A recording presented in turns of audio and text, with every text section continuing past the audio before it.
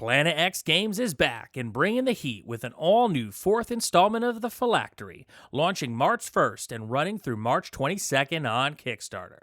This all-new issue of the Phylactery is bigger, badder, and louder in every way, with the same heart and feel of old-school fantasy RPGs we grew up playing. The Phylactery is loaded from cover to cover with quick and easy resources like NPCs, plot hooks, and weapons for use directly at your gaming table. There is no fluff in here, nothing padding out the page count. The Phylactery 4 is all killer, no filler, and this time it's brought a friend to the dance. On March 1st, Planet X Games is also launching the Phylactery Omnibus, celebrating the 4th year of putting the grind back in Grindhouse. This omnibus collects the Phylactery 1 through 4 and includes over 50 pages of all new, never-before-seen content. This big old boy is perfect for that plug-and-play, straight-to-the-table experience the original issues are known for. So if you're looking for a party that's all OSR all the time, Planet X has got you covered. Check out the Phylactery and the Phylactery Omnibus, running from March 1st to March 22nd on Kickstarter. This is the Vintage RPG Podcast, your source for the best in classic and contemporary RPGs. With your hosts, Hambone and Stu. Welcome to the Vintage RPG Podcast, coming at you again from the clubhouse, hidden somewhere in the swamps of New Jersey. I'm John Hambone McGuire, and with me, as always, is the founder and publisher of Unwinnable. I always thought he was more of a Godzilla guy, Stu Horvath. You know, in essence, I really am. I always, as a kid, I always loved the kaiju more. King Kong was always kind of a snore. I mean, he's just a big ape, right? I've always kind of thought so. I mean, I love the idea of a giant monkey beating up dinosaurs. But at the same time, like, most of the movies have not been good, you know, and I do enjoy the aesthetic concept of King Kong, but you know, the execution has always left me wanting more. See, the interesting thing, you know, I hadn't seen King Kong since I was a kid, and I revisited it almost in entirety. I have to say, overall, it holds up surprisingly well. I mean, this movie it's earned its place as one of the most important and greatest movies of all time, I think. Despite the fact that, you know, it's almost 100 years old, it's starting to show its age a little bit. Mostly in the fact that Fae Wray kind of just screams the entire movie. And like, I never really kind of realized that Willie from Temple of Doom, like, is sort of like a throwback to King Kong, in that just like the constant scream. It was literally wall-to-wall screams after a certain point. It made a lot of sense to me because I read an article about that once. And once that happened, once I saw the correlation between the two, I was like, it's still not a great idea, but I get it now. That sort of speaks to why I want to talk about King Kong, is that, like, it influences so much stuff in ways that you don't really expect, like Willie in Temple of Doom. A lot of Temple of Doom is drawn out of the aesthetics of the 1933 King Kong. Which is what we're talking about today, everybody. I think we kind of just skipped over that because Stu and I just started catching up and shooting the breeze. But for some reason or whatever, and it's unbeknownst to me, Stu will let us know why we're talking about King Kong tonight, but we are, in fact, talking about King Kong. It's a plot twist within a swerve. I have a whole scheme. So yeah, I'm writing this new book about monsters, and the idea of the book is that I love books about monsters when I was a kid, but books about monsters have kind of disappeared because the internet happened, right? Yeah. So then I kind of realized that the most popular monster book right now on the market is the Monster Manual. So what if we kind of like put together a monster book that kind of takes the Monster Manual and goes backwards and looks for like the folklore and the mythology and the literature that inspired those monsters, right? So like, I've been writing this book, you know, I've been dealing dinosaurs and doing all sorts of research, but like, it's weird because like King Kong is like the monster movie. It like starts monster movies. Like all of the B movies in the 50s are literally inspired by King Kong being put into theaters again in like 51. Like the entire like giant like them, the giant tarantula movie, like all Godzilla in 54 all comes out of like them reissuing, you know, re-releasing this 20-year-old movie in theaters. But there's no King Kong in D&D. That's really weird. Now that you say that out loud, like 1933 King Kong, this one's got layers. Okay, so first off, the concept that King Kong came out and then it got re-released, and then suddenly, like in the 50s, got like all this crazy new life and juice out of it. And really, it is truly the first real honest to God monster movie. And the fact that all these other things that we would see and know were the original influences of D&D, now that you say it out loud, I'm like, how in the hell did King Kong not make the cut? Well, I have an agenda here tonight. Do you now? Yeah, but we'll get there. It was actually re-released a bunch, multiple times between 33 and I think 52 was the re-release that like really kind of sparked like a revolution of B-movie monsters. But it was re-released later in the 30s. Dude, King Kong was so massively popular that they greenlit a sequel and got it out the same year. There are 2 giant ape movies that hit screens in 1933, King Kong and Son of Kong. Well, I mean, you know, in fairness, in the 30s, there wasn't exactly a whole lot going on in Hollywood. I mean, yeah, these are really elaborate effects stuff. It's all stop motion effects. That takes time. And especially, I mean, yeah, they do reuse some of the set pieces from Kong that didn't make the cut in Son of Kong, but they're still pretty elaborate. I want to bring your attention to one. I'm going to show you a picture, Hambone. It's going in your chat right now, and I'll make sure that this goes in the episode notes. What do you think of that image? What do you see there? Oh my God. Okay. So yes, I mean, it almost looks like Moloch, you know? And there is Kong fighting a lizard. Oh my God. And that lizard looks real familiar. Like it just sort of has like the same vibe, right? Yeah, it's on all fours instead of, you know, walking on 2 legs, but holy crap. Have you ever seen Son of Kong?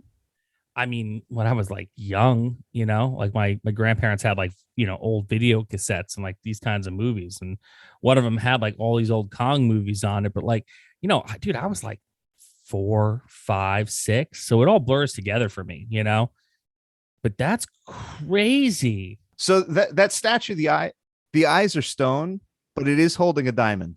Holy crap. It has a big jewel and somebody steals it during the course of the movie. What? Like it's all right there. It really is. I saw this image and I was just like, wait, holy crap. Yeah, the Player's Handbook cover, iconic cover by Dave Trampier, comes right out of King Kong. I can't prove it.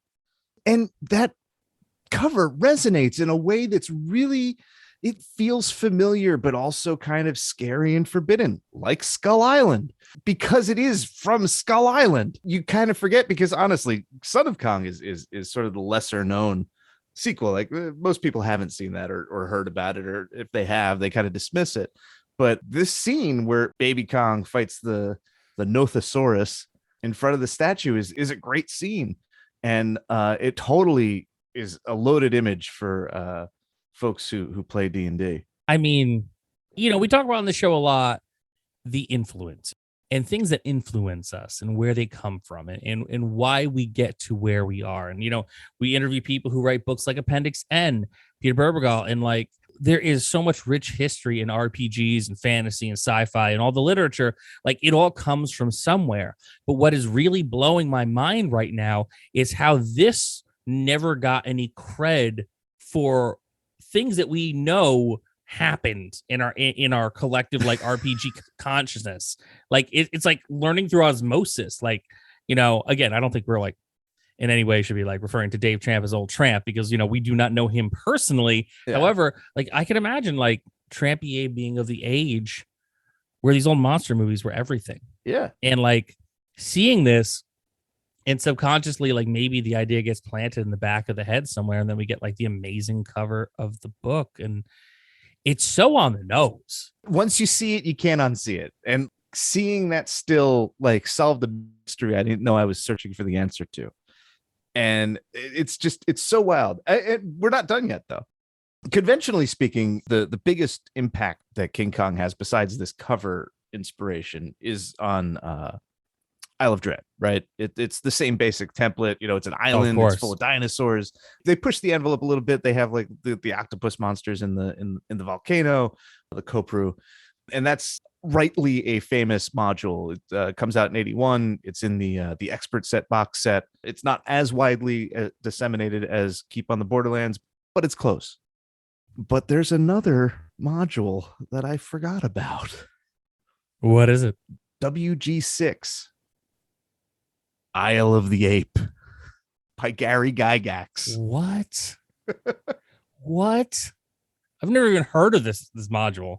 The WG modules are the World of Greyhawk modules. They're somewhere between like classic and not classic. They just don't stick in my brain. I know that some people have a lot of love for the WG series, but I never really had them in hand. So I just don't remember them. But Isle of the Ape was one of the few attempts. It's written by Gary Gygax, and it's one of his last things that he wrote for DSR before he got the boot. And it was one of his attempts to kind of put some detail into his famous Castle Greyhawk ruins. The idea being this isn't in the ruins proper, but you can get to the Isle of the Ape. It's like a pocket dimension that's like off of the ruins. And he'd done this before with the Alice in Wonderland modules, Dungeon Land and Through the Magic Mirror, whatever the other one is. And it is basically King Kong, the D&D module. It is 100%. There's giant dinosaurs, and there are D&D stats for a gigantic ape at the end who's guarding a gateway to like a battleground with demons, and it gets ridiculous. But like the front half of this module, which is a very high level module, it's for levels 18 and up. So you know that Gary was like giving Kong the respect because he's like making Kong a level 18 villain, right? Yeah, because you try to roll up on Kong level 5, you are going to be a turd under his shoe. Like, I mean, even 18, I'll be honest with you, versus King Kong, which to me is like a Tarrasque level creature. Yeah. Like, you better be like 20 Vorpal Sword, a wish on a ring, backed by whatever deity your character subscribes to, plus like a mega cleric, and maybe you eke one out. Maybe you win just barely. But man, that's like I've never heard of it, and I'm shocked because generally, when you put a giant like gorilla anywhere, the first thing that they say is King Kong. That's the first thing, and thankfully still in our cultural lexicon, when you see big gorilla, you see King Kong. But I don't know how this got swept under the rug, because I mean, like, I'm not the most knowledgeable person about every single module that's ever made, but I think I'd remember one about King Kong. The thing is that for some reason the ape that's on the cover is man size, so he doesn't look. You don't necessarily make the connection immediately. I kind of recalled the existence of it when I was writing about King Kong for this book, but I did have to look it up and be like, what is this one about? Is there really a giant ape? I don't recall a giant ape in this, but sure enough, there was the stats, and he's a gigantic ape. You think that was like a legal thing where they knew if you put a giant ape on the cover of anything, people are going to go Godzilla, and then like, I don't know, was it RKO Metro Golden Mare at that point owned the rights to King Kong? And they would just come for you. I don't know if you can. They had Mighty Joe Young in theaters in the 50s, right? Like that was an obvious lift, but he had a different name. Yeah, but I mean, in the 50s, what was copyright law back in the 50s? Like you can get away with some stuff. True. What the heck is his name in this? Unga. That's Unga. Oonga. Oonga. Unga the ape. I mean, I don't even know where to go with that, to be quite frank and honest with you. Terrible name. Yeah. Right off the bat, I'm going to tell you, like, that's a terrible name for an ape. Terrible name for a monster in general. It's a name that's sort of on the scale of like Tarzan's sidekick kind of name, right? Oh, it's Unga, his ape friend. What was in the Ookla? Ookla was the one creature in the Hanna-Barbera cartoon. Oh yeah. Like, it's kind of like I get it, but a little lazy. Yeah, and I don't know if Isle of the Ape is really a great adventure. I mean, once you realize that it is essentially Skull Island, does that work as a D&D adventure? I think that Isle of Dread does it all better, even without the giant ape. I think it would work as like a dungeon crawl classic adventure. Yeah, I mean, the problem I think with D&D is that you kind of want something more, and this does get to something more. Like you're looking for an artifact, and like there's literally like on the second to last page there's like angels and demons fighting. So like it gets someplace big, but it doesn't feel big in the way that like King Kong feels big in some way. That's like he's a giant ape and he climbs the Empire State Building. It's just like such a ridiculous, amazingly beautiful thing. It's elegant in its simplicity when you really break it down. Like think about like what has to go into a movie today, not to just capture the imagination of an audience, but to keep their attention and not be like, oh God, all right, whatever, and rolling their eyes because everyone's cynic, everyone's seen it all before. But could you imagine like 1933, you were watching in a theater this movie about this gigantic monster ape.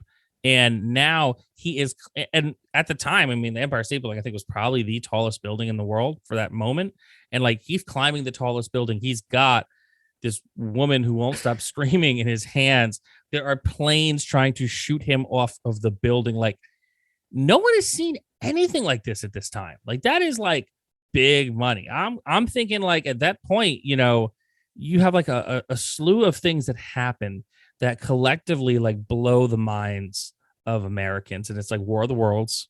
When War of the Worlds happened, like the radio drama, people lost their shit.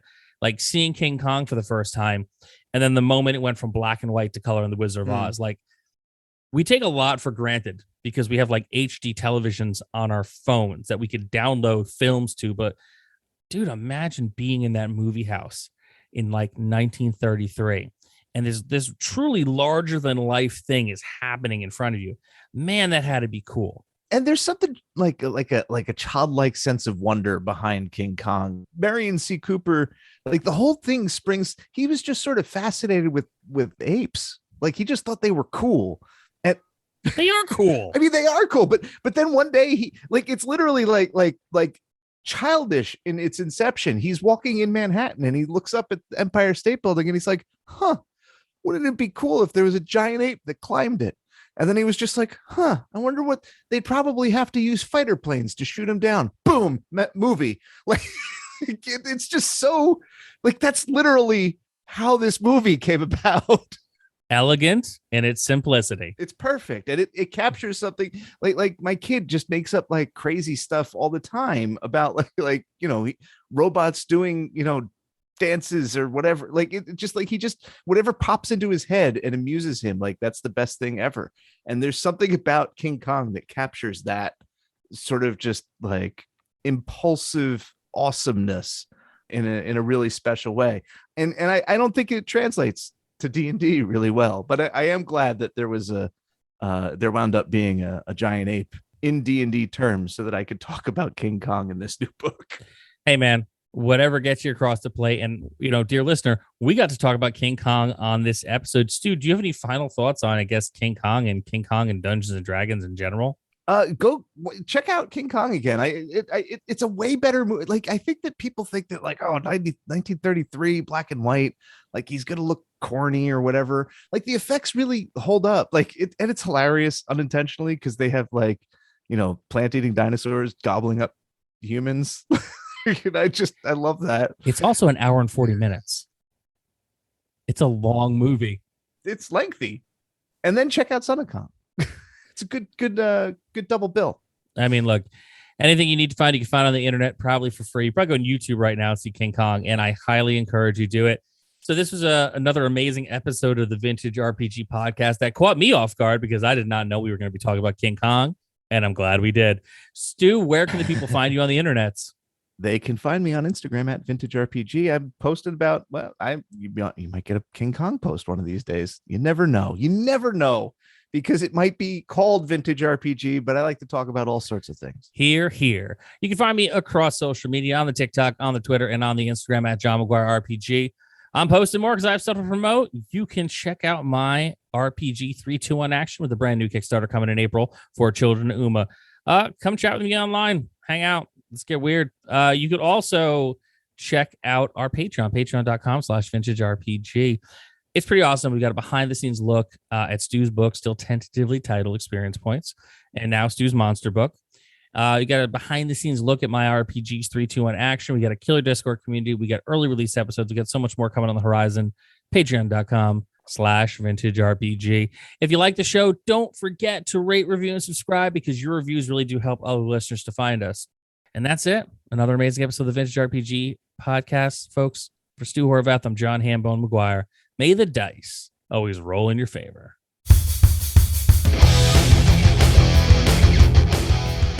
Thanks for listening. Don't forget to like, review, and subscribe to the podcast.